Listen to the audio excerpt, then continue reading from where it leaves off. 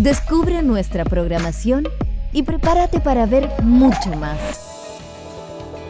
Más puntos de vista, más deporte, más series, más arte y ciencia, más música y cine, más documentales, más entretención para grandes y chicos. Descubre UChile TV, donde todas las verdades se tocan.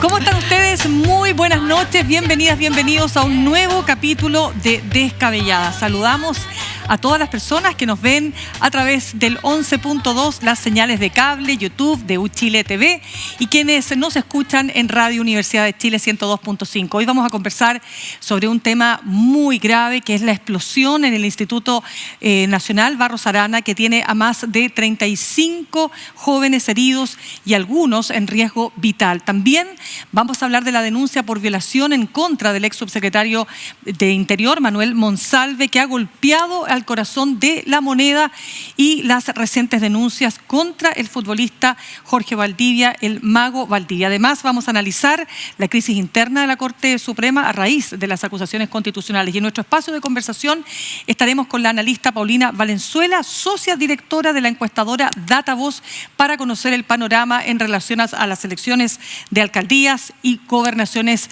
de este fin de semana.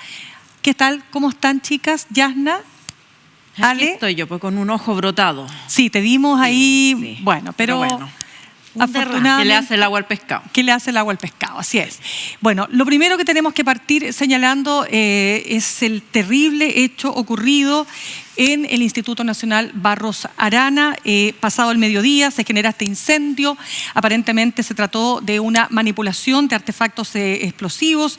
Estamos hablando de bombas Molotov, de petardos. Todo esto ocurre al interior de un baño. Hay más de 30 jóvenes y en total son, como decía, son 35 los jóvenes que han resultado heridos, pero de ellos 5 se encuentran en estado grave. Al momento en que nosotros estamos grabando este programa, esta es la información que disponemos, pero queremos darle un pequeño espacio porque lo que ha pasado aquí en el INBA no nos puede dejar simplemente sin abordar la grave crisis y lo que implica para las familias el estar enfrentando este hecho tan delicado. Yasna Levin.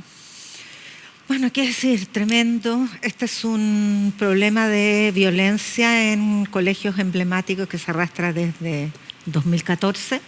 3 alcaldes distintos y ninguno ha sido capaz, ni las comunidades escolares, de ponerle freno a una situación que hoy día se cobra, la salud, esperemos que no la vida de escolares, y varios heridos, decenas de heridos, pero que lleva años cobrándose el derecho a estudiar de estudiantes de esos liceos. Entonces, esto tiene que parar en algún minuto. No puede ser que tantos años llevemos sin capacidad del Estado y de las comunidades escolares para enfrentar y erradicar esto que solo es violencia y conculcación de derechos de jóvenes que tienen derecho a estudiar. Bueno, lo han dicho ex rectores también del Internado Nacional Barros Arana, que dicho sea de paso, ustedes saben que se formó el año 1902, y por muchos años efectivamente jugaba el rol de internado, donde las familias podían enviar a sus hijos a quedarse, a pernoctar, ¿no es cierto?, a quedarse de lunes a viernes, es decir, ha jugado un rol muy importante en la historia de Chile. Pero como decía, ex rectores han puesto el énfasis en cómo estos mismos jóvenes han sido utilizados por adultos fuera, ¿no?, del recinto para generar y para ser parte, ¿no es cierto?, de estas acciones violentas que tendrían o no algún propósito. Uno se pregunta, bueno, ¿cuál es el propósito? Y aquí tenemos una consecuencia de lo que lamentablemente significa jugar con fuego, literalmente. Bueno, yo quiero poner el énfasis en que la adolescencia es una época compleja, digamos, desde nuestro punto de vista de adulto podemos ver que se trata de acciones violentas, que no tienen sentido, que no tienen propósito político, pero desde el punto de vista de la adolescencia probablemente son jóvenes que creen que están cambiando el mundo, que creen que están haciendo alguna acción idealista. Uh-huh. Y yo creo que este tipo de cosas ayudan mucho algunas medidas pragmáticas. Por ejemplo, no permitir el ingreso de combustible a los liceos. Independientemente de lo que los jóvenes quieran hacer o de las maneras que se quieran manifestar, así como no se permite el ingreso de armas, ni de armas blancas, ni de pistolas, no se debería permitir el ingreso de bidones con combustible.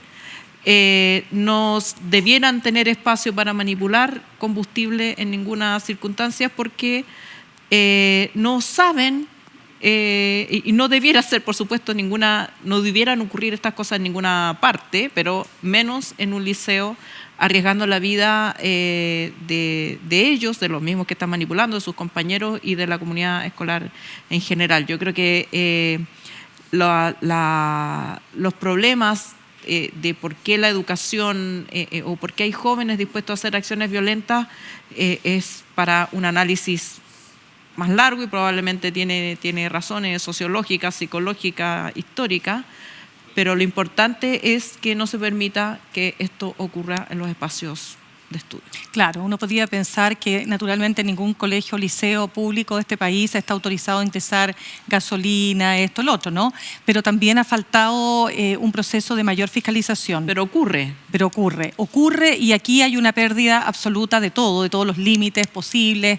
Hemos visto casos donde chiquillos han rociado con benzina al inspector de un colegio, a la profesora, al rector. O sea, se ha quemado la oficina de la rectoría en otros liceos. Es decir, francamente estamos en una situación extrema y lamentamos profundamente, y lo digo personalmente, que tengamos que llegar a este extremo para que se tomen medidas que sean realmente orientadas a darle una solución a un conflicto que se arrastra durante años. Solo quiero agregar que hay padres, madres sufriendo seguramente por la salud de sus hijos y creo que eso, digamos, más allá de lo que hayan estado haciendo, si tenían razón o no, mi solidaridad totalmente con ellos y ellas. Absolutamente. Bueno, chicas, queremos, y nuestros televidentes, queremos cambiar de tema, estando claros que esta es una noticia que, voy a decir un cliché periodístico, pero que está en pleno desarrollo. Pero otra noticia que está en pleno desarrollo tiene que ver con esta bomba que estalló en el corazón de La Moneda, en el corazón de un gobierno que se define, y en buena hora se define como un gobierno feminista, y ocurre lamentablemente aquellas cosas que uno dice, bueno, ¿qué es lo peor que le puede ocurrir a un gobierno feminista? Bueno, que una funcionaria denuncie a una alta autoridad, y ojo, no cualquier autoridad, más allá que cualquier denuncia por violación es grave, precisamente lo denuncie por violación. Y estamos hablando de quien era considerado el zar de la seguridad, Manuel Monsalve, quien había estado a la cabeza de la Subsecretaría de Interior, que ha visto pasar, bueno, a la primera ministra Isquia Siches, ¿no? Y actual ministra Carolina Toá, en un ministerio donde lo único que uno puede esperar es que uno pague costos. Costos porque vivimos una crisis de seguridad como no hemos visto en 30 años.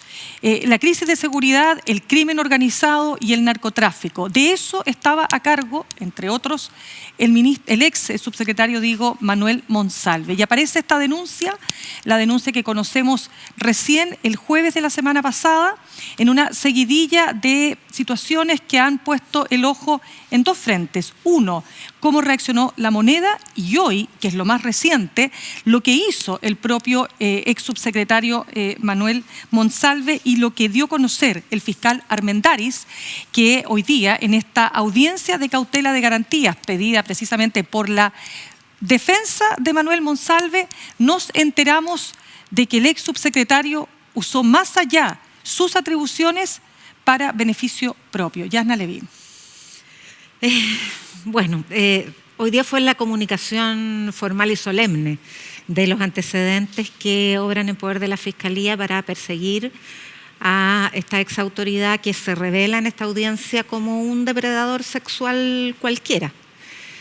Y queda también en evidencia el desamparo de una mujer que denuncia, porque hemos sabido que sufrió incluso la intimidación de un policía de la PDI que fue enviado, uno o varios, no sabemos, por el propio ex subsecretario del Interior a comunicarse con ella, al parecer con las imágenes que mostrarían que se ven en estado de normalidad al momento de entrar al hotel. Pero además el fiscal menciona una serie de acciones de probable encubrimiento que dan cuenta de, la desprotección, el desamparo, la vulnerabilidad de una denunciante, porque probablemente a ella tampoco le dieron.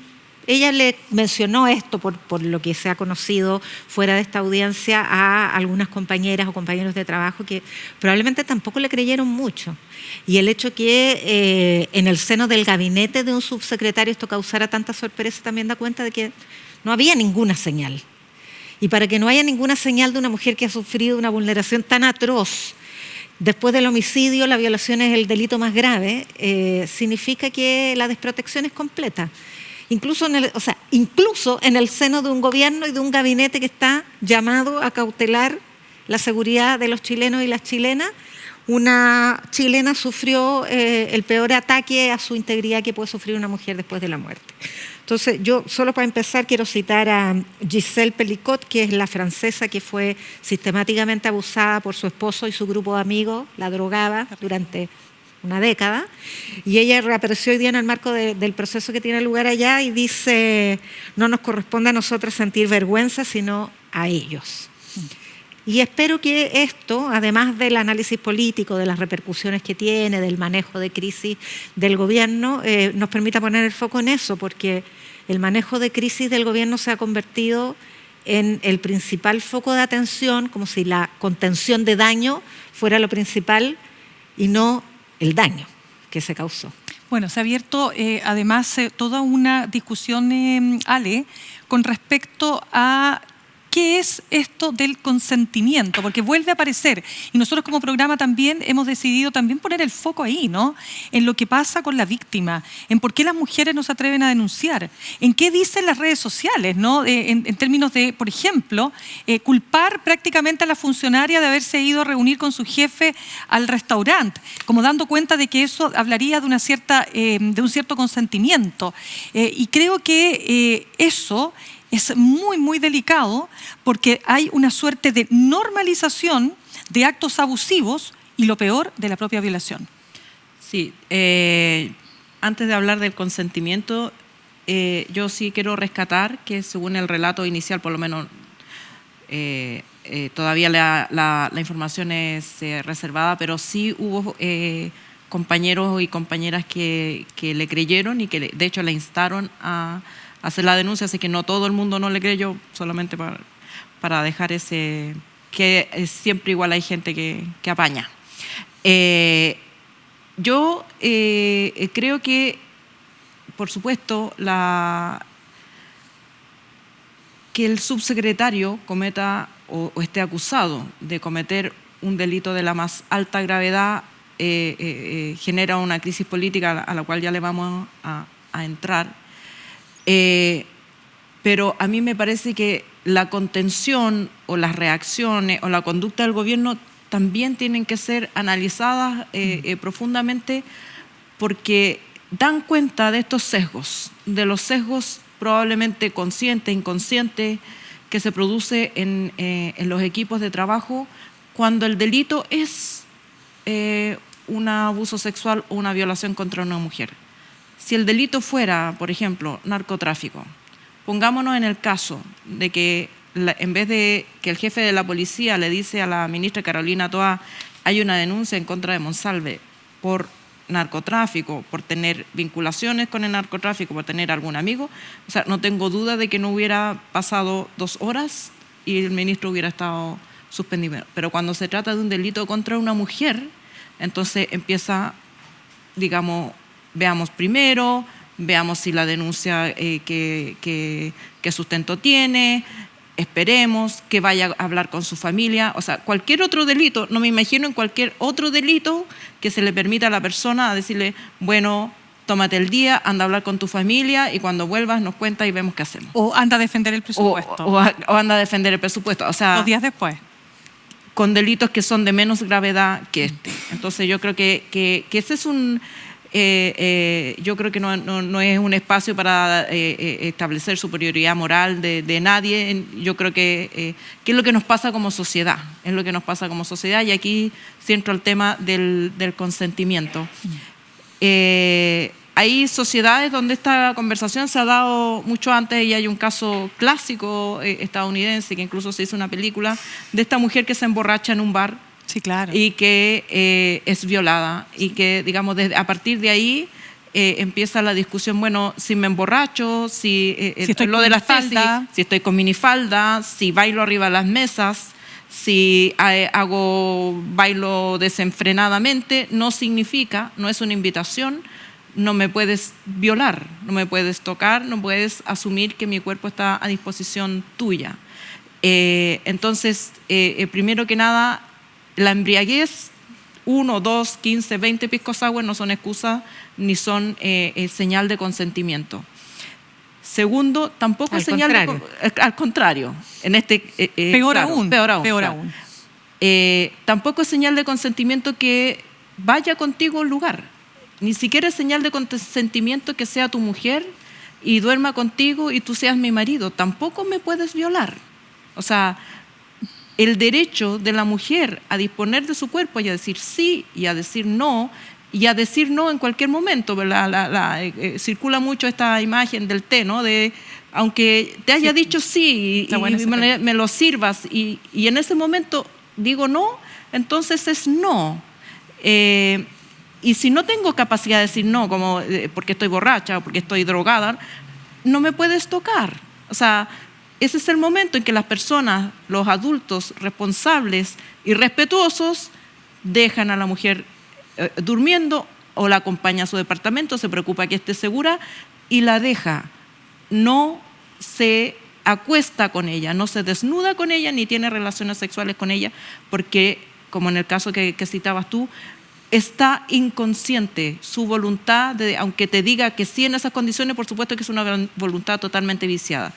Y bueno, ahora me imagino que vamos a hablar, además, todo lo que haces después. Claro, déjame, porque tenemos varias capas de conversación, te doy al tiro la palabra, Yasna, pero déjame decir algo que está muy en el inconsciente o en el imaginario colectivo, y esto yo lo escucho de mujeres también, y eso me parece aún más preocupante. Y es que la idea que hay instalada es que para que haya violación, prácticamente una mujer va trotando en un parque, de la nada aparece un tipo que no conoce. Una monja, porque tampoco puedes ir con ropa ajustada. Por ejemplo. O sea, tienes que ir con un hábito. Extremando el argumento. Pero en el fondo, el imaginario dice, una mujer es violada cuando un desconocido, ¿no es cierto?, la aborda, la ataca, y la ataca con agresión física y, por supuesto, la agresión completa que supone una violación. Pero ese es un tipo de acción violenta que deriva en la violación.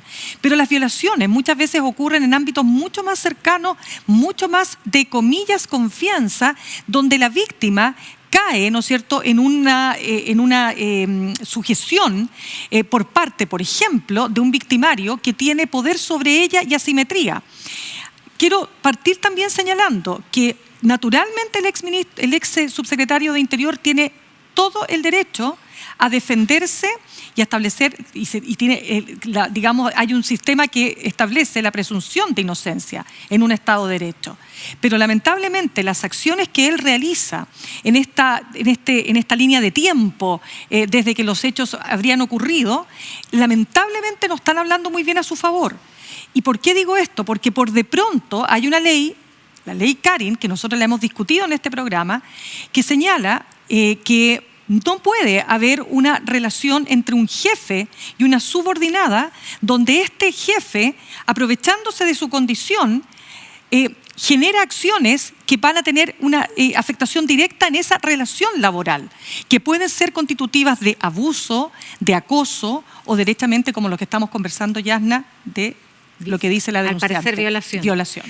Sí, efectivamente, a pesar de 2 leyes ya, porque la ley Carín se refiere a abuso en general, a violencia en el trabajo, pero también a acoso sexual en el trabajo. Y antes se promulgó y entró en vigencia a comienzos de este año recién la ley integral contra la violencia hacia la mujer. Yo creo que hay que rescatar, sí, que la Fiscalía actuó bien. El fiscal Armendari muestra la calidad y el profesionalismo, a pesar de que muchos lo pusieron en duda cuando políticamente convenía ponerlo en duda. Y yo creo que no hay temor a que la investigación va a ser acuciosa y con perspectiva de género. ¿Y qué es perspectiva de género? Pues justamente esto. No pensar que porque bebió merece una acción como la que sufrió.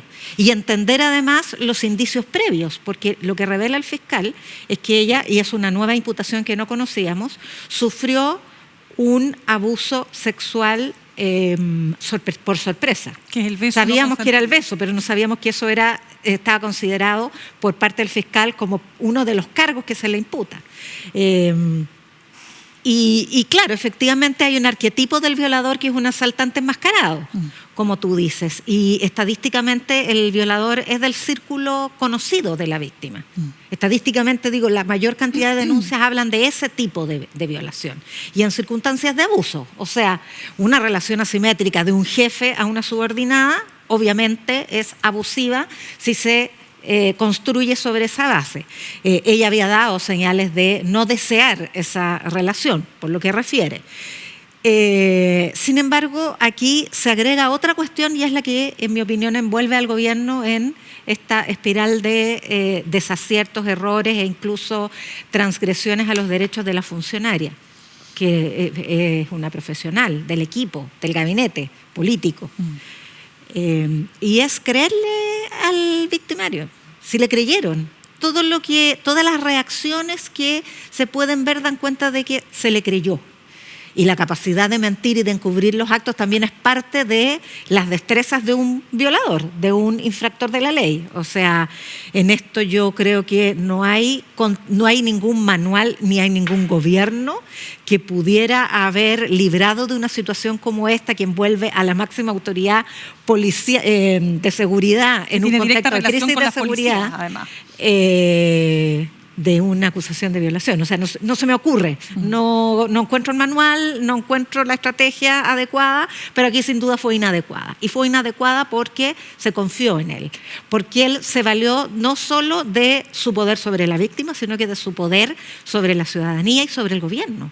Este era un sujeto que, no hablemos de Monsalve que se nos desnuda hoy día, después de la audiencia, después de la denuncia, después de los trascendidos de prensa. Hablemos del Monsalve de hace 10 días, que era la joya de la corona, que era el hombre mejor evaluado del gabinete porque ese cargo tiene estatura de ministro.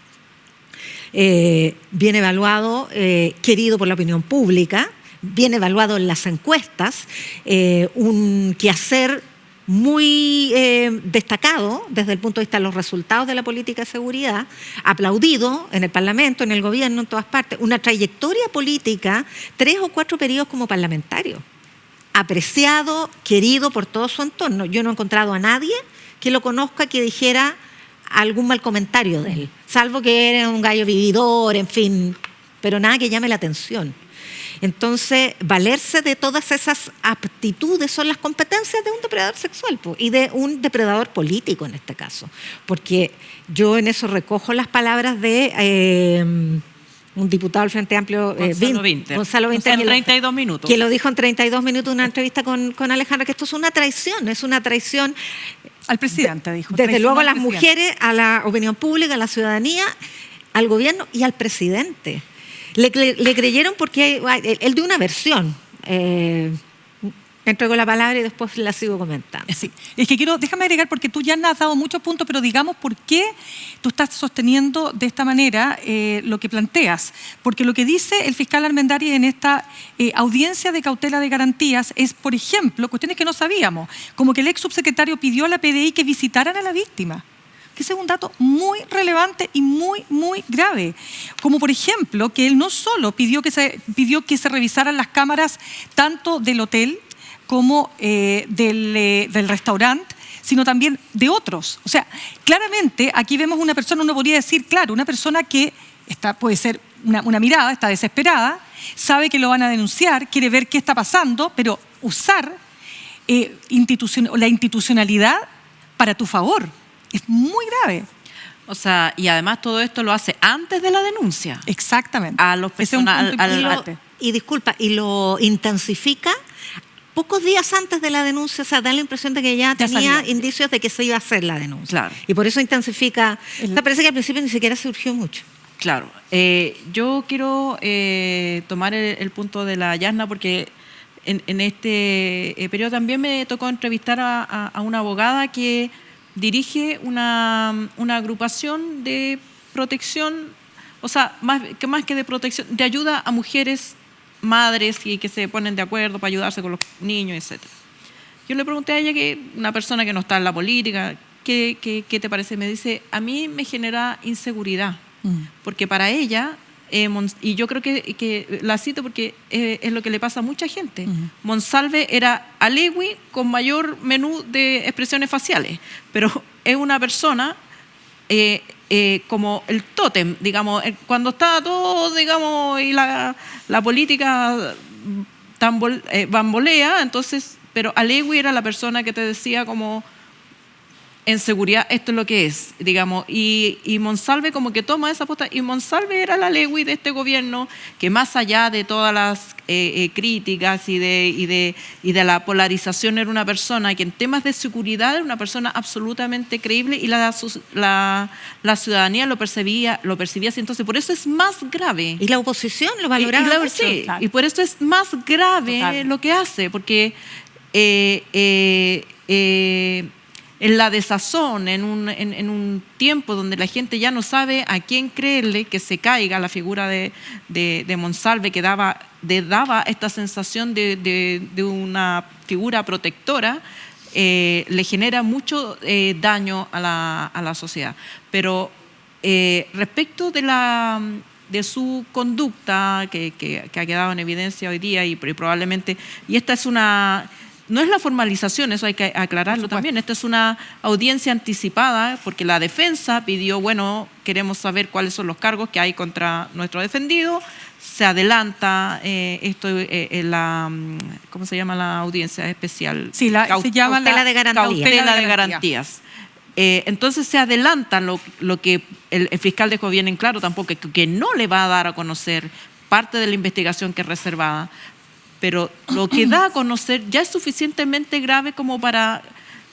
Es un guión de película. O sea, la persona no solamente tiene conciencia de que hizo algo erróneo, aunque según él no se acordaba, mandó a la policía a buscar las grabaciones al hotel, le llevaron las copias de las grabaciones para que él las viera, después va y se consigue las otras.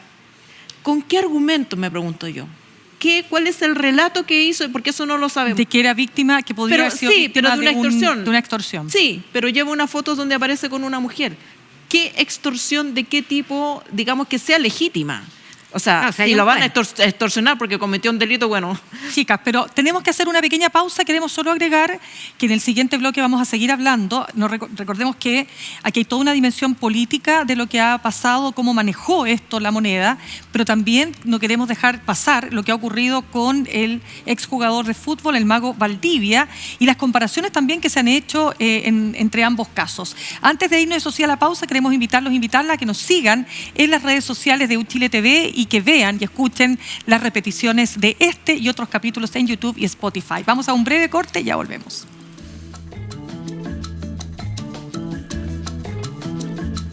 Hola, soy Germán Heim, desubicado profesional y no sé qué hago en Uchile TV.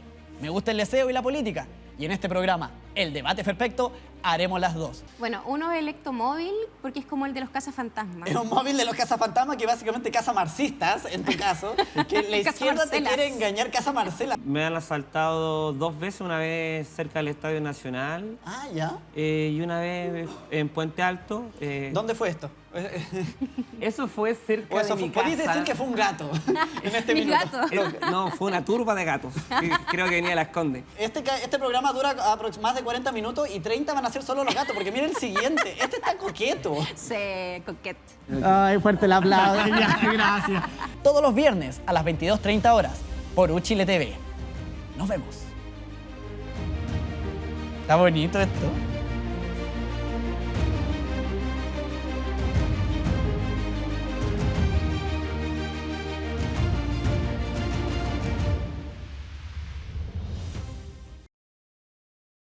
Soy Yuyi Filipovich y estoy de vuelta en televisión, animando mi nuevo programa ¡Vamos, que se puede! Un matinal como la gente. Soy fan de Taylor Swift desde mucho antes que el presidente de la República, que lo hace solo para obtener votos. Yo también soy fan de Taylor Swift. Canción favorita, a ver. All Too Well, Taylor's Version. Swiftie no mata a Swiftie. Ok. Con grandes invitados. Recreaciones de la vida real. Un tremendo equipo de profesionales. ¿Y el canal todavía no me paga, Tecnología de punta. Me muero. Es igual a como yo la encargué. Mira, tiene mi cara. Y momentos que quedarán en la historia de la televisión chilena. Héctor, la juguera. La juguera. Ya se me chorró, partiste el almacén a traerme cigarros. ¡Ayuda, me fracturé!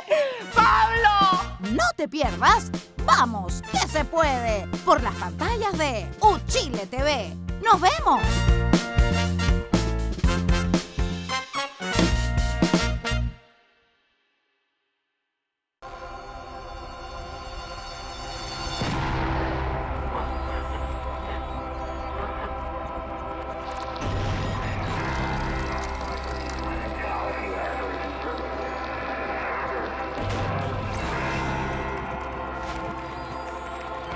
Vuelve a la televisión la mejor serie chilena de ciencia ficción, Gen Ichima.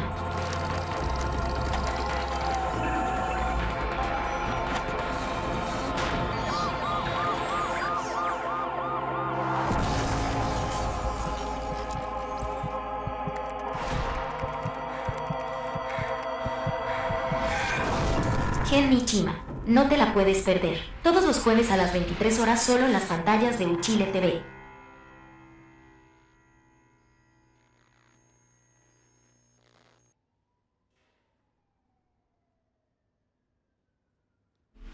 Bien, ya estamos de regreso, lo decíamos, ¿no?, al comienzo de nuestro programa de hoy. Bueno, ocurre todo este caso y este escándalo del ex subsecretario del Interior y nos enteramos ayer que el ex jugador de fútbol, como no conocer, quien no conoce al mago Valdivia, es acusado por una mujer que lo denuncia. Esto ocurre el domingo, en la madrugada del día lunes, si no me está fallando el cálculo, chicas, ustedes me corrigen si no estoy en lo correcto.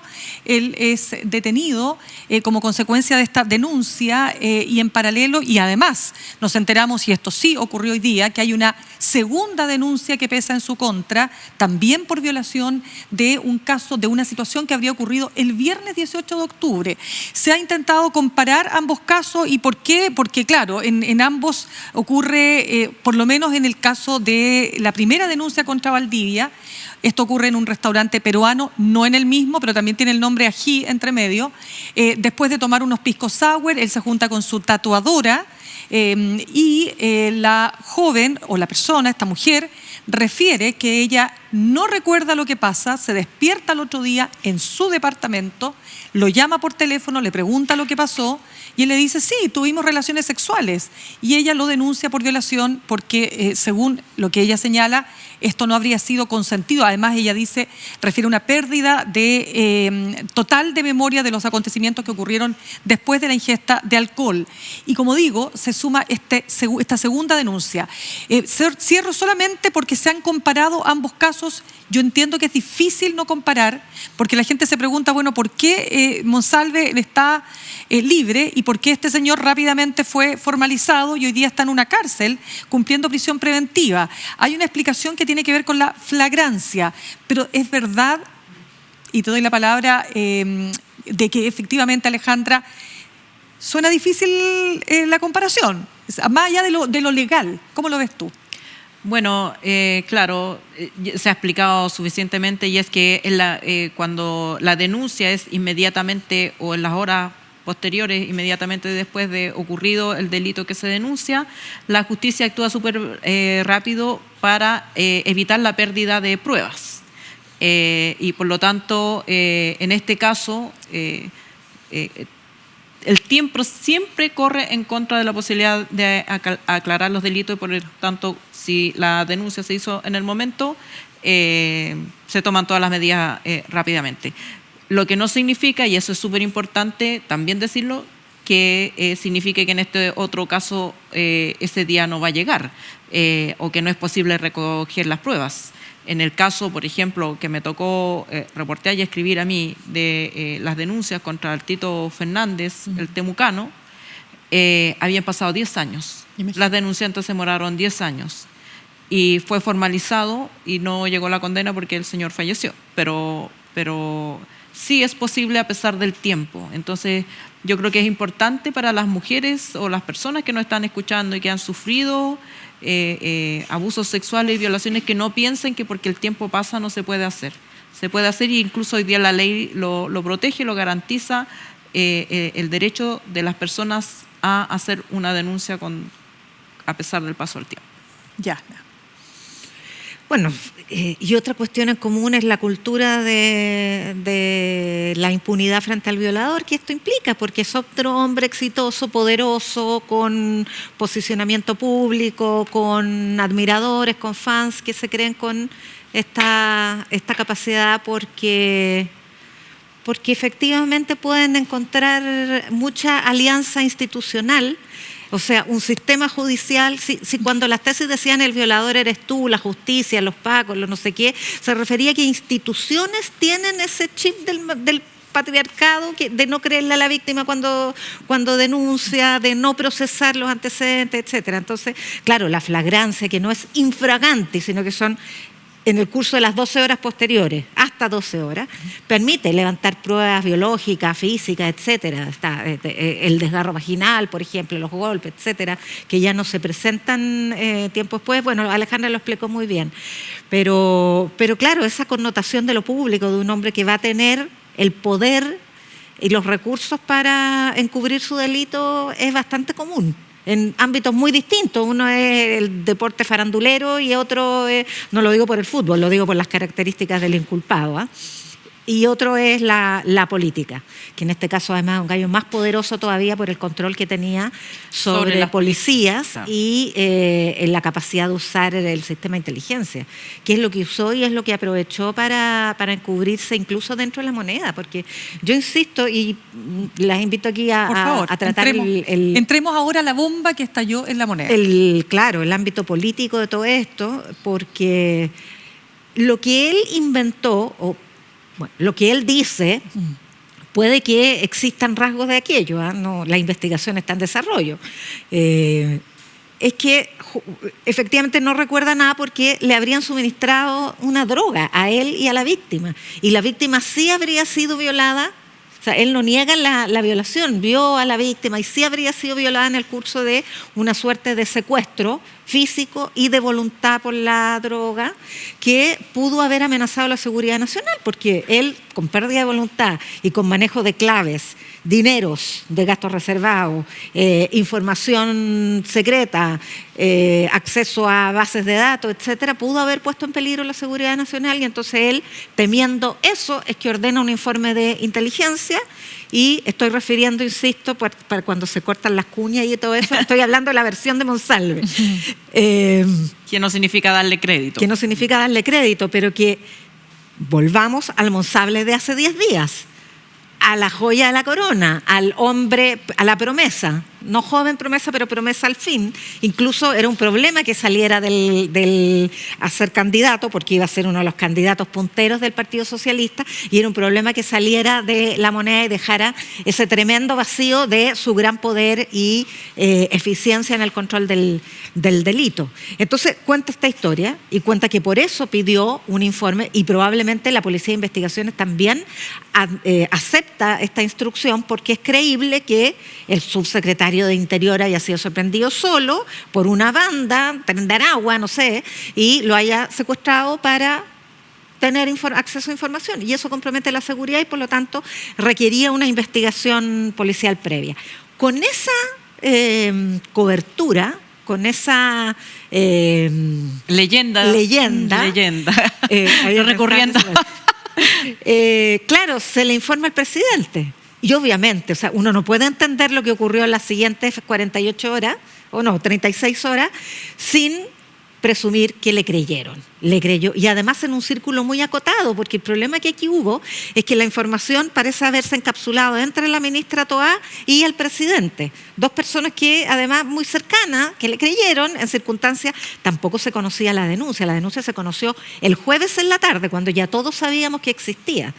Y lo dice explícitamente Toá, no conocemos la denuncia. No todos no sabíamos que existía. Ah, tú dices, después de la denuncia de la prensa sabíamos que existía. Sí, claro. Claro, pero espérame, aquí hay varias cosas, porque podemos pensar que... Espérate, entonces, solo para cerrar, solo esas dos personas, un comité de crisis tan chiquitito, sin la presencia de la persona que más entiende del tema de género, que yo estoy segura, más allá de todas las críticas que se le puedan hacer a la ministra Orellana, ella habría dicho se va al tiro. Sí. Y la ministra Vallejo. Ninguna de las dos sabía. Ya, pero mira, pensemos ya, si cogemos la tesis de que él engañó a todo el mundo, efectivamente, supongamos que le creen, ¿no? Porque es un impacto. Tú hiciste la descripción del personaje, ¿no es cierto? Nada hacía presagiar, como diría Carlos Pinto, ¿verdad? Y resulta que tenemos a una persona que cree ser genuinamente, y le creemos, ¿no?, víctima de una extorsión que le pusieron burundanga en el copete, lo mismo la mujer con la que estaba, ¿no? Hasta ahí es todo lo que sabemos. Pero ahí viene lo que dices tú, Ale, que yo recojo el punto porque me parece extremadamente importante.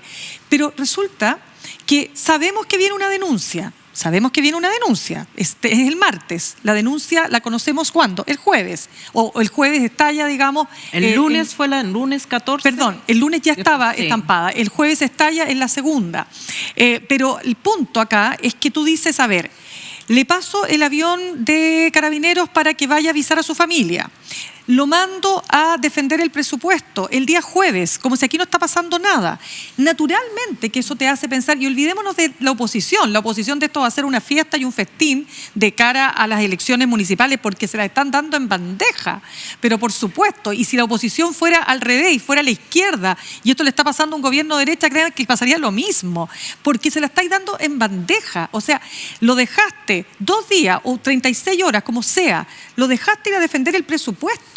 ¿Qué significa eso? Y eso te lleva naturalmente a creer o a pensar, algunos querían realmente postergar esto hasta después de las elecciones, sabiendo que esto era una bomba, que iba a tener un efecto. Puede yo no ser, creo ¿o no? esa tesis.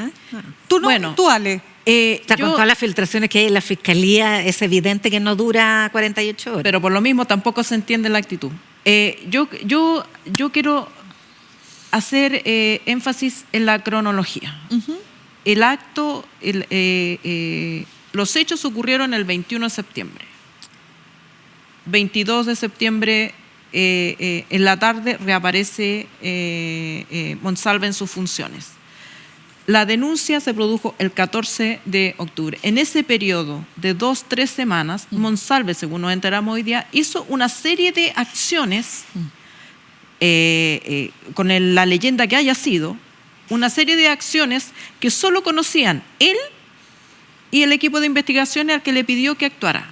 En ninguna, hasta ahora, no hay registro de que en ese momento ni hablara ni con la ministra Toá, ni con otros funcionarios de gobierno de poder. O sea, si él estaba temiendo haber sido víctima de chantaje por una organización criminal cualquiera fuera, tuvo 3 semanas para haber advertido a sus superiores, al gobierno para el cual él trabaja, el riesgo que esto significaba. No lo hizo. Tomó acciones, más bien, que si uno lo mira desapegada de la leyenda, son las acciones que hace alguien para borrar las pruebas, las huellas de lo que estaba haciendo.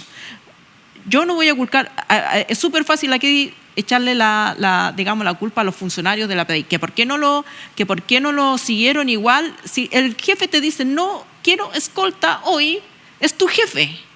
¿Cómo te vas a oponer?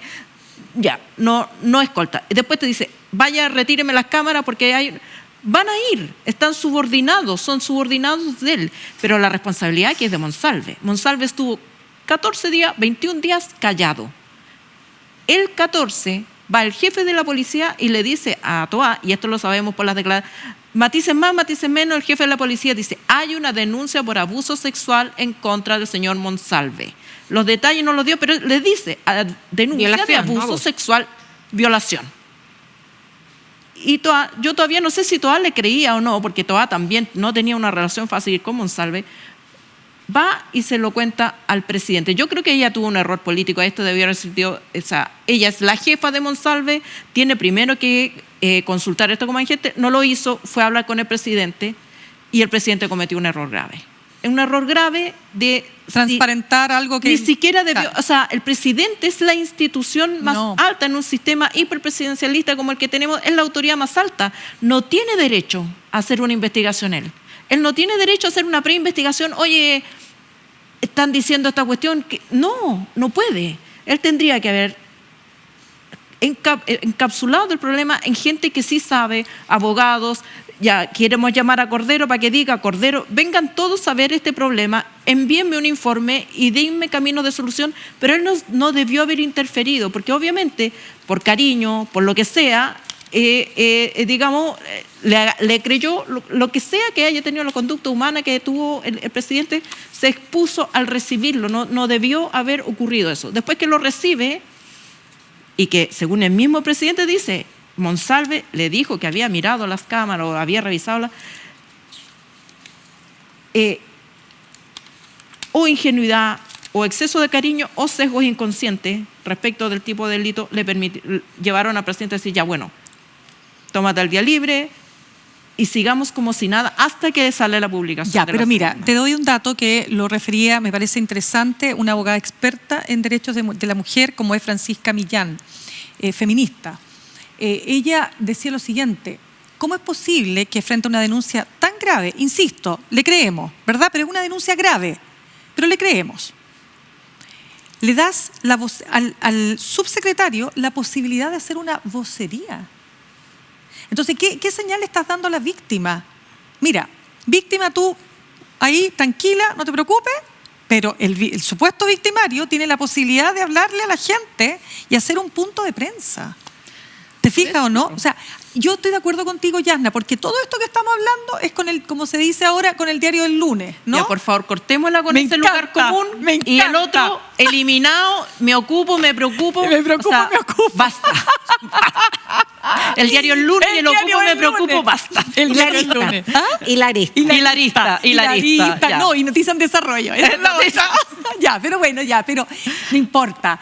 Todos somos generales después de la batalla, es cierto. Y puedes tener el gobierno más feminista que puede existir en la historia, pero hasta que no vives la experiencia o una experiencia tan brutal como esta, yo creo que todos los protocolos se quedan cortos. Sin embargo, uno querría pensar, y queremos todos pensar, que después de un hecho así, no solo un gobierno feminista, sino el gobierno que venga. Cualquier gobierno que venga, incluso el más conservador, va a tener que tener estándares como los tienen las universidades. O sea, aquí las principales responsabilidades no recaen en el Frente Amplio, ojo. No, pues recaen en... O sea, aquí el denunciado, el imputado, es socialista. Y la ministra que tomó el problema es del PPD. Entonces, o sea, es socialismo democrático.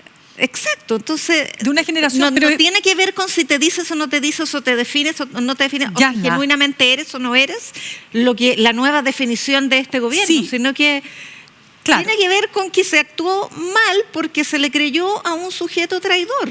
Porque yo creo que nadie se imaginó nunca, Yasna, por eso, un shock muy grande. Porque el antecedente de la denuncia es muy importante, porque una cosa es decir, hay una denuncia por violación y es mentira, lo que pasa es esto, escuchar eso, que puede ser verosímil por de quién viene, sobre todo. Sí, es que, yo insisto, hay que pensar en cómo se evaluaba al Monsalve de hace 10 días.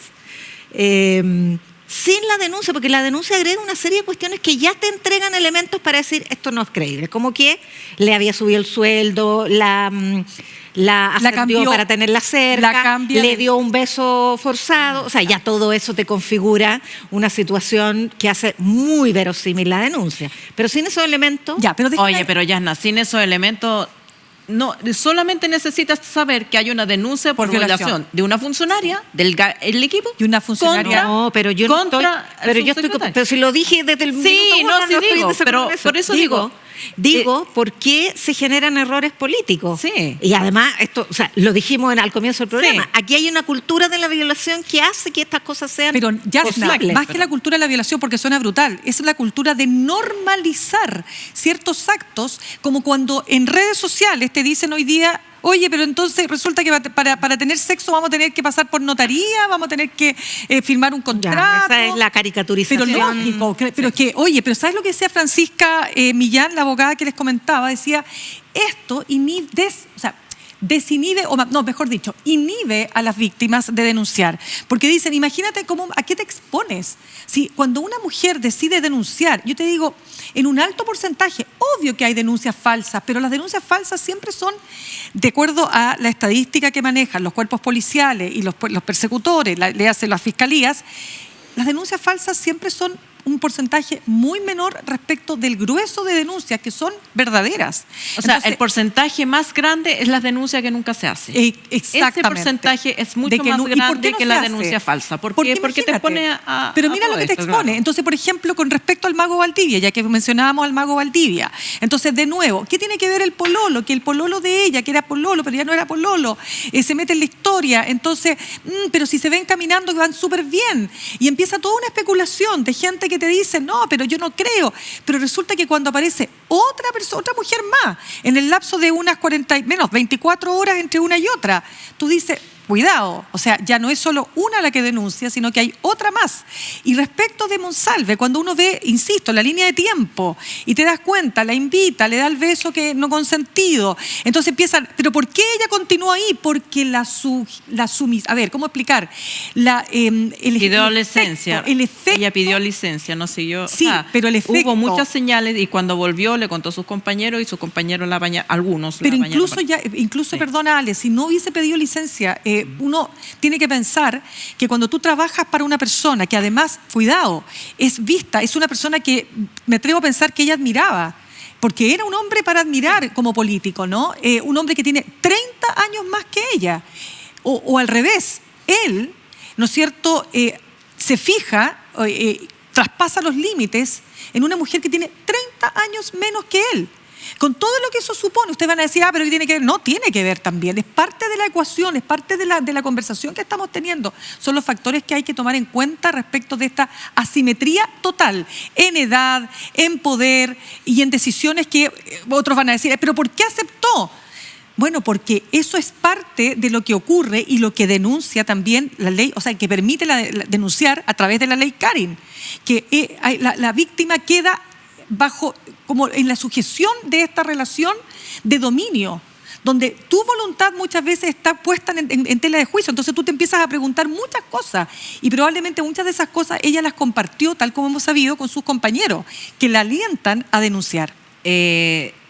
No quiero volver al punto de los protocolos del poder, porque yo creo que probablemente, o sea, desde un punto de vista de estrategia política, y pasando por encima del hecho de si le creían o no le creían, que probablemente la gente que conoce a Monsalve y que lo quiere, que digamos es un shock para muchas personas. Es ahí donde tiene que haber una cabeza fría, es ahí donde tiene que haber alguien decir, mira, por el momento te creemos, claro, pero no vamos, veamos un poco de qué se trata esto encapsulado, suspendido por lo menos, mientras buscamos antecedentes, mientras decidimos qué vamos a hacer. Y yo en ese sentido, yo creo que los gobiernos sí necesitan información. No es interferir en el otro poder del Estado, decir, me puede decir, existe esta denuncia, cuál es el delito que se imputa. O sea, necesita el gobierno esa información para poder tomar una decisión adecuada, sí la necesita. Y sí se la tiene que dar, si se hace por los canales oficiales, formales, sí, por supuesto que se necesita. O sea, si hay, por ejemplo, cuando hay una acusación contra Carabinero y Carabinero da de baja a los funcionarios por haber cometido algún, necesita que la justicia le diga, está formalizado, está imputado, en qué calidad está, cuál es la gravedad de la denuncia. Me parece que es de lógica. Pero lo que no es lógico es que esto se tratara como un asunto entre amigos, como mira lo que pasa con Monsalve y veamos qué es lo que hacemos con Monsalve entre 2, 3 personas. Ese fue a mi juicio el error político, y uno podrá decir sí, con el diario del lunes, pero yo creo que es un error del cual hay que aprender, que en este tipo de cosas, en este tipo de delitos, por supuesto que las amistades, ¿quién no tiene un tío o alguien que te dice, esa persona está acusada de abuso sexual? La familia lo primero que decir, no lo puedo creer, no puedo creer que mi tío, no puedo creer que mi abuelo, no puedo creer... Pero porque los violadores, los abusadores no andan con un cartel, no andan con cachos, ni tienen cola, ni ojos rojos. Son personas... Y son cercanas a la víctima. Claro, y son personas a lo mejor apreciadas, respetadas, pero por eso es la importancia de creerle a la víctima en primer instancia, porque a lo mejor después se va a aclarar que la persona es inocente o lo que sea, pero en primera instancia hay que creerle a la víctima, porque no es que no hay un color que se te prende en la cabeza para identificar a los violadores de los no violadores. Yasna, una pregunta que nos va quedando, vamos a estar conversando en el siguiente bloque con una experta en tema electoral a propósito de las elecciones de este fin de semana, pero uno se pregunta, a ver, quiero precisar lo siguiente, tenemos un escándalo como hemos pasado de escándalo en escándalo, esto es una verdadera montaña rusa, nosotras las periodistas que trabajamos en este programa no nos hemos podido bajar de esta montaña, y cuando decimos nos vamos a bajar, no, otra vuelta más. Queremos volver al día en que la noticia era que la elefanta Fresia, por ejemplo, pasó a mejor vida. Exacto, pero bueno, ¿por qué digo esto? Porque no hay que olvidar de dónde veníamos. Nosotros veníamos del caso Hermosilla, con un escándalo de proporciones donde nos vamos enterando que una ministra de la Corte Suprema trabaja para un gobierno finalmente, ¿no? Después nos enteramos que un fiscal, como era el fiscal Guerra, también trabajaba para un gobierno. Nos enteramos de lo que significa todo lo que vino después, porque ya se me empieza a olvidar, Yasna, o sea, la cantidad de cosas. Tráfico de influencia. Los millones, ¿no es cierto?, que se le pagaban a una candidata como es la candidata Marcela Cubillos, ¿no?, por Las Condes, en la Universidad de San Sebastián. Nos enteramos que la Universidad de San Sebastián era finalmente el lugar donde llegaban todos los miembros del gobierno, pero fundamentalmente de la UDI, pero no solo de la UDI, pero fundamentalmente para trabajar, donde también el fiscal Guerra, ¿no es cierto?, llega como premio probablemente por toda su colaboración y habiendo cerrado además el caso Penta, y aparece esto y uno dice ya, ¿qué más? Es como una saturación de escándalos, fatiga de escándalos. ¿Y sabes lo que como decía un meme por ahí? Hermosilla mató ya no sé qué escándalo, Cubillos mató a Hermosilla, Monsalve mató a Cubillo. Sí. ¿En qué está el que va a matar a Monsalve? Y entre todos estamos matando las instituciones democráticas. Sí, tú sabes lo que... vamos a ver este domingo y sábado, por las elecciones, cuál va a ser el grado de abstención y de voto nulo. Es que ese es un dato que me parece súper relevante. ¿Qué va a pasar? Un experto electoral escuchaba que decía, aquí se van a netear los escándalos. Entonces, el escándalo que afecta a la izquierda con el escándalo que afecta a la derecha, entonces se van a quedar en cero, porque ya, ¿cuál de todos peor? Pero lo que va a pasar, también dicen algunos, ¿no?, es que lo que va a terminar ocurriendo es que no vas a votar ni por uno ni por otro, sino que vas a votar nulo o votar blanco, o vas a votar por los extremos, ¿no es cierto? O va a capitalizar el Partido Republicano, que como no ha estado en ningún gobierno, todavía tiene, por lo menos está inmaculado desde ese punto de vista. Gobernó el Consejo Constitucional y fracasó. Pero no y tiene harto escándalo, tiene un diputado aforado, un consejero que no pudo asumir por abuso sexual. Pero por supuesto, pero lo que pasa es pero no cargas un gobierno, y cuando uno está, o sea, ¿cómo se dice? Un gobierno, otra cosa es con guitarra, o sea, cuando se está en un gobierno, dicen, los que están en los gobiernos dicen, espérame que esto sí que es distinto a lo que es estar en la oposición, o como el caso del Partido Republicano, sin tener ni siquiera la participación en un bloque político. Yo creo que ya estamos para pasar, chicos, ¿estamos ya? Sí, estamos ya para hacer el corte, vamos a ir a una pequeña pausa y al regreso, ya les decía, vamos a estar conversando con la directora fundadora de Datavoz, Paulina Valenzuela. Ya regresamos.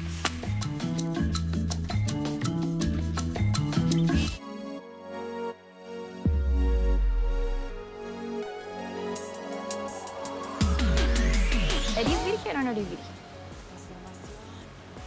Wow. ¿Y vos? He estado con niños, con niñas, con niños, niñas. Nunca he estado con niños y niñas al mismo tiempo. Me gustaría hacer eso antes de morir. Transformación profunda, Transformación, transformación profunda. A través del tiempo, todos deben enfrentar a su transformación. Bichos raros, todos los lunes a las 23 horas por Chile TV.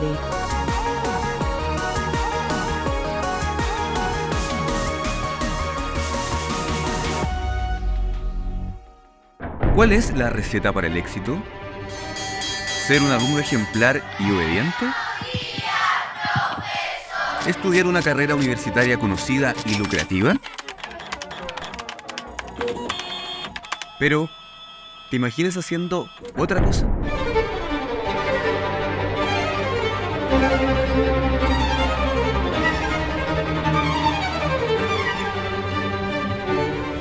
Quizás la mejor receta es simplemente hacer eso que te apasiona.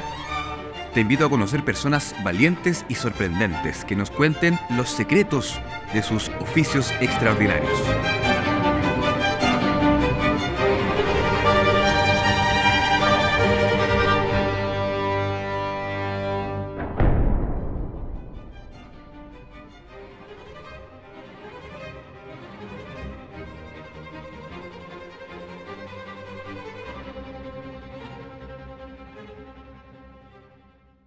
Bien, ya estamos de regreso y bueno, vamos a entrar en materia de lo que se nos viene este fin de semana con las elecciones de alcaldes, gobernadores, cores y concejales. Voy a entregar unos datos solamente antes de pasar a conversar con nuestra siguiente entrevistada.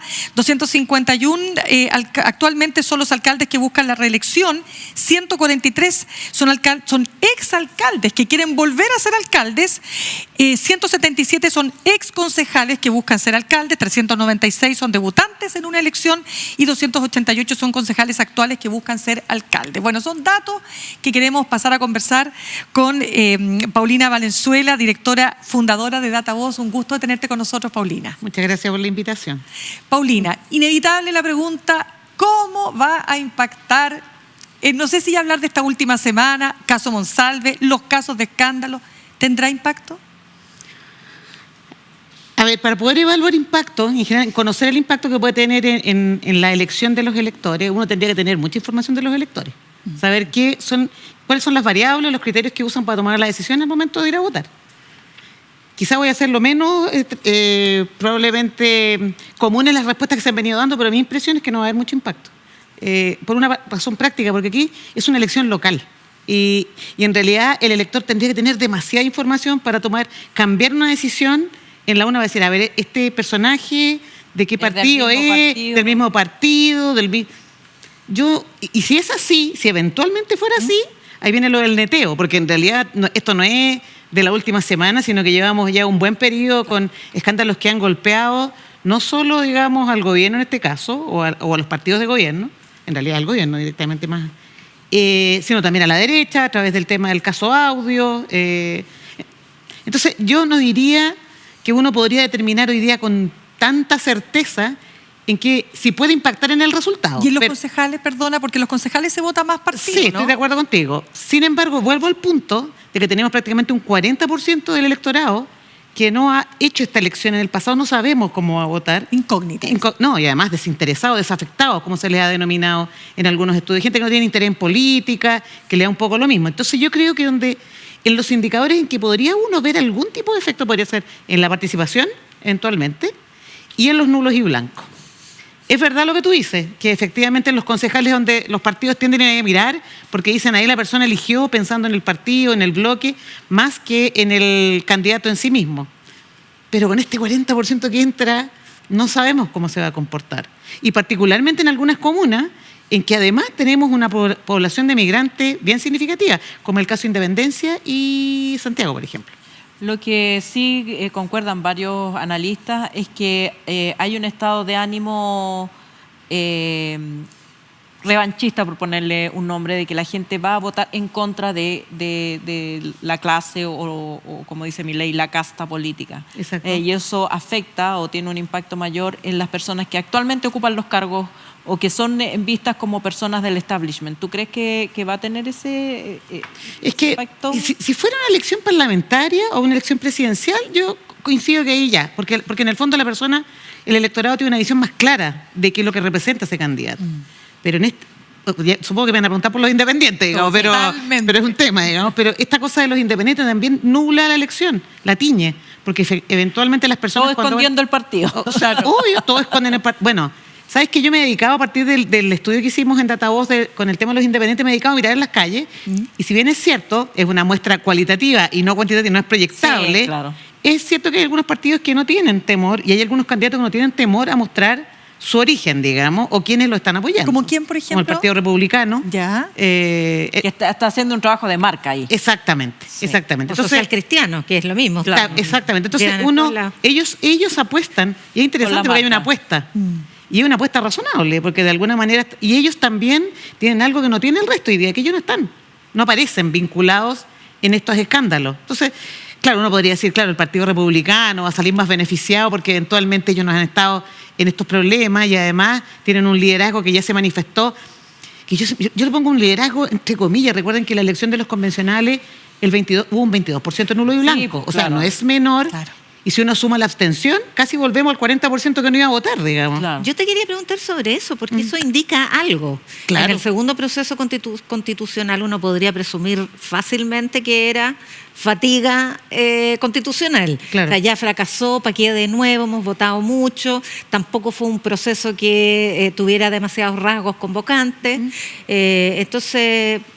¿No puede ahora ser esa la reacción a esta fatiga de escándalo, el nulo, el blanco, Totalmente. la manera de expresar rechazo? Claro, por eso yo les decía que yo creo que uno de los indicadores clave a analizar después porque no creo que haya modelo que permita predecir nada de lo que va a ocurrir este fin de semana, digamos, pero sí creo que estos indicadores te pueden dar una luz. O sea, decir, en realidad, si baja la participación, de hecho...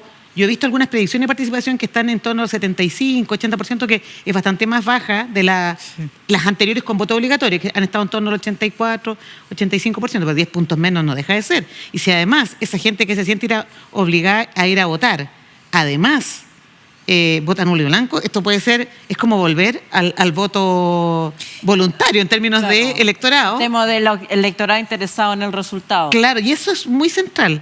Porque en todos los estudios que hemos hecho nosotros, los electores que tienen las decisiones claras son los más interesados en política. Ya, pero mira, Paulina, fíjate que yo conversaba esta mañana con el senador Lagos Weber y decía que todos estos escándalos y todo lo que va a pasar finalmente, o lo que ha pasado, quiero decir, tienen una afectación directa, decía él con estas palabras, en el chasis institucional, que está súper dañado.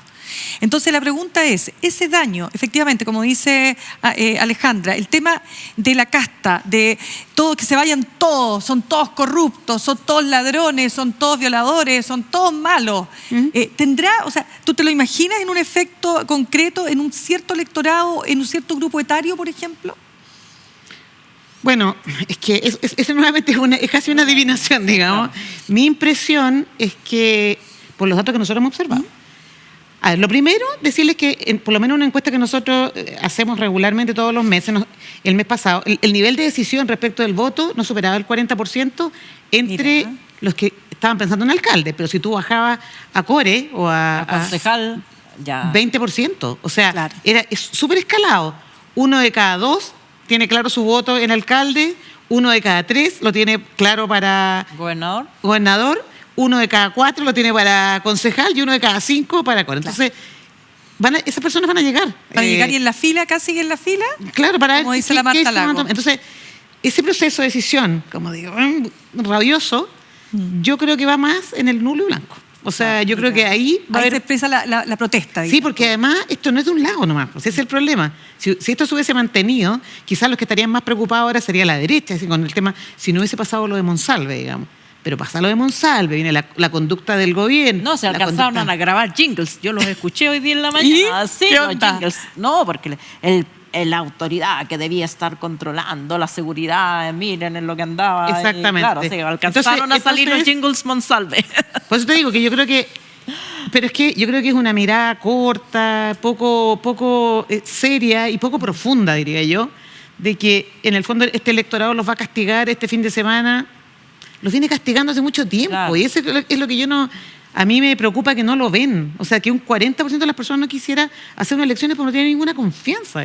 Y eso es muy central. Yo te quería preguntar, perdona, Sí, dale, no, la última pregunta, no me meto más. ¿Cuál es como la dificultad que tienen las empresas encuestadoras o que hacen focus group frente a al voto obligatorio? Y yo sé que, digamos, no les corresponde, pero ¿cuál es tu opinión frente a la existencia del voto obligatorio? ¿Habría que volver al voto voluntario? ¿O qué es lo que habría que hacer para que la ciudadanía pueda usar ese poder que tiene, que es el poder de elegir, de una manera informada, astuta y que le permita, en el fondo, cambiar el estado de las cosas? No, es muy buena pregunta. Te voy a dar un ejemplo. Cuando uno viaja a países desarrollados y se sube al metro, uno no ve guardias en general. No hay nadie que te esté controlando si pagaste o no pagaste. Es una cosa cultural. Está internalizada que la conducta es que cuando yo subo tengo que validar mi boleto y utilizo el sistema público de transporte en países desarrollados. Cuando uno se sube a una micro o metro en Chile y ve que pasan los torniquetes o que se pasan en la micro, que sé yo, uno dice, ¿por qué lo hacen? No quiero, o sea, estoy tratando de poner un ejemplo sin simplificar las razones bien de fondo de por qué ocurren estas cosas, pero tiene que ver con conductas arraigadas en la población. Yo soy de las que cree que hay periodos en los que uno tiene que imponerse estas cosas para generar cambios conductuales. Cambios conductuales. Es como el tema de las cuotas. Sí. Sí, ¿o no? Que habría que hacerlo, porque si no seguiríamos con el problema. Claro. Bueno, y uno todavía ve que seguimos. Todavía seguimos. Seguimos con el problema. Pero ha mejorado. Es cuestión de ver que hoy día una de cada 4 mujeres una de cada 4 de los candidatos a alcaldes son mujeres. Imagínate. Una de cada 4. Entonces uno dice, es absurdo, digamos. Bueno, yo en ese sentido creo. Cuando tú instalas costumbres creo en ese sentido que la obligatoriedad debería imponerse. Sin embargo, y como nada es tan simple, nos enfrentamos a este sistema político que por una parte tiene estas conductas que son tan poco probas, digamos, tan poco como consistentes y coherentes con lo que la población requiere, que también creo, por eso que todo esto es demasiado complejo, creo que tampoco se trata de responder a las necesidades o a las demandas de la ciudadanía de un día para otro. No hay proyecto país, y eso es lo que yo siento y creo, digamos. En la medida que uno va haciendo cambios en diferentes ámbitos, poniendo mejores exigencias a los que son parlamentarios, ¿cómo reclaman porque existen tantos partidos? Yo digo, claro, hay muchos partidos, es verdad que tengo muchos partidos, pero es verdad que la gente quiere independiente. ¿Y por qué la gente quiere independiente? Porque no quiere vínculo con los partidos, porque no quiere, entonces es una dinámica compleja que hace que tengamos que tener ciertas obligaciones. Yo creo que está bien que haya voto obligatorio por un tiempo, pero no es la única medida que está relacionada a la educación cívica en el país. Digamos, yo creo que es una condición básica. ¿Eso qué indica lo independiente? Porque para la Convención Constitucional también los independientes estaban de moda, incluso se hizo un cambio en el sistema electoral para que se pudieran asociar en lista, y eso permitió que entraran. Después eran los expertos los que nos gustaban, el mérito. Hoy día, ¿qué representan los independientes? Porque en la última municipal ganaron 105 municipalidades. Sí, y hoy día hay muchos más candidatos y candidatas independientes que en elecciones anteriores. Subieron 141 candidatos más independientes alcaldes, me refiero. ¿Qué cosecha eso? Porque también, así como no podemos predecir la conducta, ¿cómo vamos a leer el resultado? Si sale mucho independiente, ¿qué significa?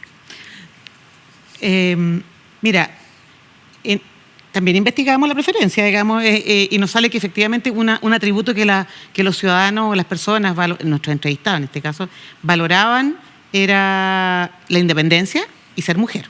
O sea, era como el candidato ideal, por decirlo de alguna manera, era que fuera mujer, que fuera independiente, y en lugares más bajos, que fuera... Los partidos te están ofreciendo menos mujeres de candidatos. Imagínate. No, es que la lectura, pues te digo, la lectura es bien contradictoria, digamos. Pero la independencia en particular es un atributo que está vinculado a lo que te digo yo, a la no pertenencia a aquellos sectores o grupos en los que yo no confío. La última encuesta CEP sitúa en el último nivel, en el ranking de la confianza, al Parlamento y a los diputados, a los partidos políticos. O sea, no alcanzan a las 2 cifras de confianza. Entonces, esta cuestión es muy fuerte, digamos, en que yo no confío en los parlamentarios, aquellos que legislan, aquellos que en teoría buscan el bienestar, digamos, a la ciudadanía, Entonces, como que los alejo. Pero yo creo que es una trampa. Es una trampa porque no podemos tener un parlamento lleno de independientes. A la larga hay que llegar a acuerdos. No, totalmente. Cuéntame, Paulina, esta idea que no sé cuánto de... No sé si es aplicable hoy día, de que el que gana las elecciones municipales, no sé si están así, o gana en definitiva la próxima presidencial, o que las municipales son la antesala de la presidencial. ¿Cómo lo ves? No. Hoy día ya no. Yo no lo creo. O sea, no es que yo no crea que esto pueda ocurrir en el futuro. Digo que en este escenario actual, yo no creo que lo que ocurra este fin de semana sea necesariamente determinante de lo que pueda ocurrir en las presidenciales, particularmente por lo teñido que está el ambiente en relación a los temas que han ocurrido esta última semana. Si sacáramos las municipales y pusiéramos la presidencial, la conversación sería otra. Otra. No, espérame, si estas elecciones del fin de semana fueran parlamentarias y fueran presidenciales, otro gallo cantante. Pero espérate. Hay algunos liderazgos que tienen circunstancias especiales distintas del resto de las candidaturas porque tienen proyecciones de otra naturaleza. Exacto. Y tienen posibilidades de crecimiento que también fuera de norma. Me refiero, por ejemplo, al candidato de Maipú, Bodanovich, y al candidato a Orrego, que además, desde el punto de vista del peso electoral, puede ser algo tan simbólico como que tenga más votos que el presidente de la República. Sí.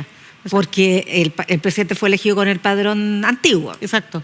No, totalmente. O sea, es que por eso que esta elección tiene tantos detalles que mirar, los detalles territoriales, lo que va a ocurrir en la zona norte, con todo el problema que tenemos con la migración, lo que va a ocurrir en la macrozona sur, con el problema mapuche, entonces, y lo que va a ocurrir en Santiago, lo que pasó hoy día en el INBA. No, o sea, es un tema también. Entonces, ese tema puede tener impacto local mucho más porque es local, porque está acotado a una competencia, a la alcaldesa, comuna. Exactamente. Entonces, por eso yo digo que este análisis no puede ser nacional. Para estas elecciones tiene que ser muy local. Y en el caso, por ejemplo, de Bodanovich, efectivamente, él o sea, en todas las encuestas parece casi como carrera ganada. Sí. Y puede ser que la mantenga, porque ¿por qué los habitantes de Maipú lo querrían castigar por algo en el que él obviamente no está involucrado? Y al contrario, es un valorado. ¿Qué le puede pasar a Orrego? A Orrego no sé si puede salir tan fácil su elección, porque también ha sido mencionado de alguna manera en el tema de las transferencias hacia la gobernación. Exactamente.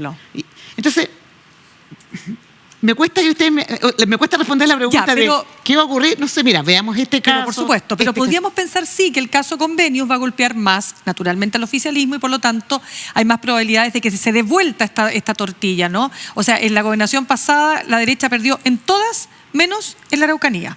Exacto. ¿Podría darse vuelta totalmente? No, yo no creo. No, yo no creo que no se dé vuelta. No, es por las características de la elección. Y repito, o sea, si estuviera muy bien en una elección parlamentaria presidencial, ahí te digo, probablemente ocurra eso. Depende también del territorio. Por eso que Orrego y Bodanovich es interesante lo que puede ocurrir con ellos, porque efectivamente si obtienen votaciones muy altas, que han instalado. Y fíjate, y solo voy a terminar la idea. Y en el caso de Orrego, si llega a la segunda vuelta, lo divertido es que ahí ocurre algo distinto, porque le pone la presión a la derecha, porque la derecha tendría que pactar, si le vamos, con los republicanos, para apoyar al candidato que competiría con ellos. Situación que no se ha dado, ellos no han negociado nada. Entonces son elecciones como pequeñas elecciones que van a ir determinando ciertas cosas, pero no necesariamente la situación global. Perdón, querías preguntar. Una pregunta que digamos, probablemente es fría en esto, pero siempre se habla, falta educación cívica. ¿Realmente incide la educación física en el comportamiento de las personas? ¿Qué dijiste física? Cívica. Es que la física también. Física. Te voy a dar otro dato. Acabamos de hacer una encuesta en la que queríamos entender el valor del voto. ¿Qué valor le asignaba las personas al voto? Y pusimos una serie de combinaciones. Entonces poníamos no ir a votar con voto obligatorio versus no pagar IVA, pasar una luz roja, en fin, distintas situaciones que sabíamos que era una conducta que no correspondía y ganó el no ir a votar. O sea, por lejos, era la situación que ellos consideraban más grave no ir a votar. Entonces, nos llamó mucho la atención. ¿Más grave que pasar la que era menos grave era no pedir boleta. cuando tú pagabas. No, yo dije, a mí me impresionó la última, más que dijeran que el voto era lo más importante. Pero lo interesante era el ranking, era ver cómo ordenaban, y lo primero era ir a votar. Y lo último era, eran como 10 situaciones más o menos. Ahora, ¿el descenso de la multa influirá? Es que ese es un punto. Sí, yo creo que ahí el ciudadano que logra hacer la distinción, y que en realidad no es tanto. Pero yo creo que pero ahí va a ser no sé menor. si cuánto bajo esa información permeó. Exactamente. No, por eso digo que es sí. muy... Mi sensación es que sí permeó, ¿ah? Yo creo que no. Yo creo que no. ¿No? Yo creo que no. Yo creo que no tanto. No tanto. Creo que ¿Sabes por qué no ¿Por tanto? qué? Porque tenemos una población con muy bajo interés en política. Entonces, para ellos sigue apareciendo el aviso de que el no voto vota, obligatorio es multa. No Claro. tiene internalizado exactamente el monto del voto. Ahora, si baja un poco la participación, va a ser muy complejo porque van a haber muchas explicaciones. Y una de las explicaciones va a ser, que la gente... con la multa. No sé. No estoy tan segura, digamos. Ese es el Paulina, punto. DataVoz se encarga mucho de hacer análisis cualitativos de lo que está pasando en los procesos. Yo quiero preguntarte, ¿qué viene después? El día lunes. A partir del lunes, ¿qué historia se empieza a contar? Después de estas elecciones. De nuevo, O sea, lo que ocurre en todas las elecciones. Lo que ocurre en todas las elecciones, las explicaciones de... Y todos son ganadores. Y todos ganan, aquí. todos ganan, todos van a ganar, todos van a buscar explicaciones del voto, pero lo que yo encuentro complicado de esta interpretación es que obviamente es muy difícil de proyectar a la presidencial. Sí. Y yo creo que ahí se pueden cometer, en mi opinión, grandes errores. Sí. Porque mira, yo creo que entender a la población menos interesa, porque los interesados en política son los que contestan las encuestas. Y eso es fácil. Sí. O sea, CADEM, encuesta Pulso Ciudadano, Criteria, esas encuestas efectivamente, incluso las nuestras también, nosotros sabemos, porque lo hemos estudiado, que efectivamente hay gente mucho más interesada en política la que las contesta. Y el más interesado en política es el que va a votar. El más interesado en política es el que Y es más lee. predecible. Es absolutamente más predecible. Los que no lo hacen son los que no sabemos cómo se van a comportar. Entonces yo creo que hacer un análisis al día siguiente de que todos ganamos y que... Estas las típicas interpretaciones va a ser...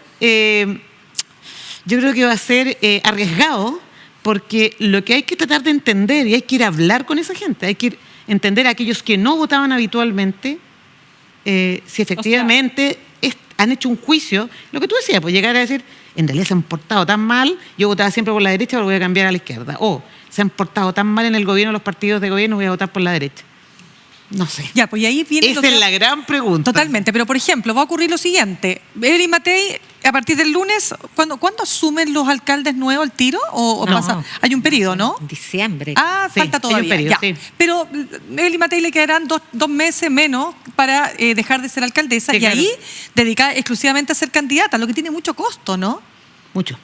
O sea, cuando tú cambias de posición, ser alcalde es... voy a usar un atributo que es cómodo, es fácil. Es una plataforma. Es una plataforma, claro, pero cuando te mueves hacia una posición Yo en siempre la que tienes dije, que... Evelyn, no aceptes eso.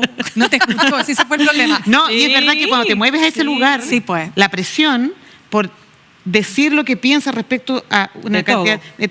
cambia el escenario. Sí. Ya no Paulina, hablas de lo que ocurre en la Comuna de Providencia. Se nos acaba el Habla de tiempo. lo que ocurre en Chile. Se nos acaba el tiempo, pero ¿y Carolina Toá tiene alguna opción, dirías tú? Yo creo que más que Carolina Toá, yo creo que después de las elecciones municipales probablemente van a aparecer muchos que no estamos mirando. Así, Ella, sí, yo creo que van a aparecer varios, porque va a bajar la presión de la contingencia, la elección, que es un año más, y además porque tienen un periodo determinado, particularmente las autoridades tienen hasta el 15 del Para 15 de salir. noviembre para renunciar y va a poder presentarse. Yo no sé si tiene opciones, pero no me cabe la menor duda que tiene interés. O sea, es evidente por lo que como ella se expresa y se manifiesta, digamos. Ups, harto que comentar. Paulina, te agradecemos muchísimo. Es No, una muchas mirada súper fresca, me encanta, porque además nos permite adelantarnos a, claro, una elección. ¿Puedo decir algo, chicas? Que no sé qué, que me reten después. Que calienta menos que sol de invierno. ¡Punto! No dije más. Calienta menos que sol de invierno. Bum, bum. Sucia. Bueno, pero eso pasa con las elecciones municipales. Un dato que Dime. yo pregunté, que me parece que es súper relevante, que pregunté qué pasaba si las mesas se cierran el sábado. Sí. Los votos se guardan, ¿eh? Ajá. Sí. Y el día domingo se abre todo. O sea, Sí. Y ojo que eso es un quiero- tema de transparencia, porque no Sí, se crea totalmente. que Y los quiero, días y quiero comentar Se algo más. cuenta al final. No, Exacto. quiero comentar algo más, porque usted necesita de perogrullo. No, yo escuchaba a una persona que genuinamente preguntaba hoy día en una radio, ¿tengo que ir los 2 días a votar? Claro. Que pensaban que un día se votaba una cosa, otro día se votaba otra. No, se vota todo un solo día. Si usted quiere ir el sábado, va el sábado, si no va el domingo. Pero se vota al tiro, todo, la sábana completa, ahí. Las 4 sábanas. Las 4 sábanas.